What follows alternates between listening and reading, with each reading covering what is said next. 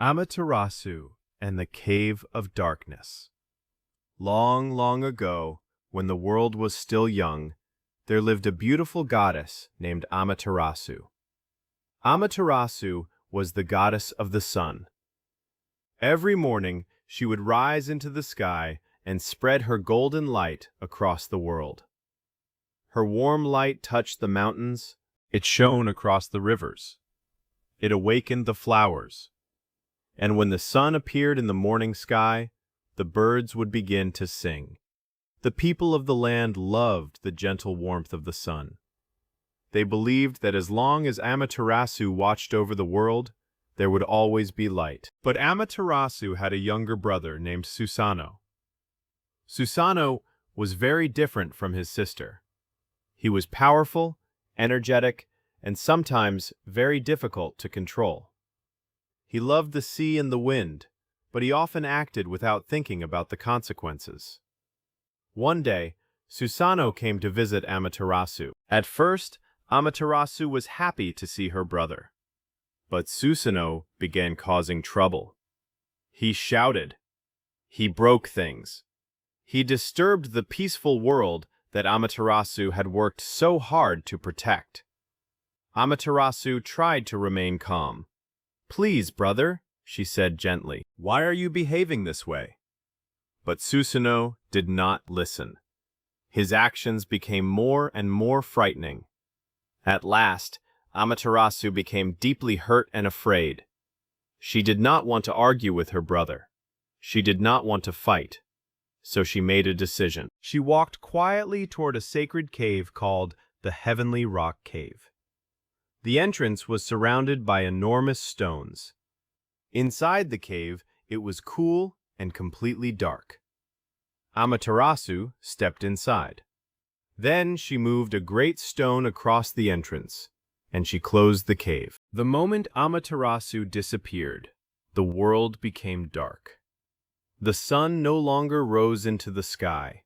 Morning came, but there was no golden light. The mountains became shadows. The forests became silent. Flowers closed their petals. Birds stopped singing. The rivers reflected only darkness. The people looked toward the sky and wondered what had happened. The gods were worried too. They gathered together and looked toward the cave. "Amaterasu has hidden herself inside," they said. "We must bring her back." But no one knew how. They called to her, "Amaterasu, please come outside." But there was no answer. They tried again. "Please, sister, the world needs your light." Still, the cave remained silent. The gods began to worry. Without Amaterasu, the darkness would remain. The world needed the sun. But they knew that they could not simply force her out. She had hidden because she was hurt. So the gods gathered together and began to think of a different way. Among them was a goddess named Ame-no-Uzume. She was cheerful, playful, and full of imagination. She looked at the dark cave. Then she smiled. "I have an idea." The other gods looked at her. "What can we do?" Ame-no-Uzume did not answer. Instead, she placed a wooden box upside down. Then she climbed onto it. And suddenly, she began to dance. At first, the gods were confused. But Ame-no-Uzume continued dancing. She danced faster. She danced with joy. She made funny movements. She waved her arms. She turned around. And before long, the other gods began laughing. Their laughter echoed through the darkness. The sound was so cheerful and unexpected that even the birds seemed to wonder what was happening. Inside the cave, Amaterasu heard the noise. She opened her eyes. She had been sitting quietly in the darkness for a long time. Now she heard laughter. She heard music. She heard dancing. She wondered, how can everyone be so happy when the world has become dark? Amaterasu moved closer to the entrance. She listened carefully. The laughter grew louder. She became curious. Slowly, she moved the great stone, just a little. A thin ray of light escaped from the cave.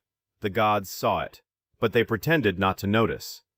Amaterasu opened the entrance a little wider. She looked outside. "What is happening?" she asked. Ameno Uzume smiled. "We are celebrating." "Celebrating what?" Amaterasu asked. Ameno Uzume pointed toward a beautiful mirror. The mirror had been carefully placed near the entrance. "Come and see," she said. Amaterasu looked into the mirror. For the first time in many days, she saw her own reflection. She saw her beautiful face. She saw the light that still lived within her. She was surprised. "What is that?" she asked. The gods answered, "It is someone more beautiful than we have ever seen." Amaterasu became curious. She stepped a little farther out of the cave, and at that moment, one of the gods quickly moved the stone away from the entrance. Golden light poured out of the cave. It spread across the mountains. It touched the rivers. It awakened the flowers. The birds began singing again. The people looked toward the sky.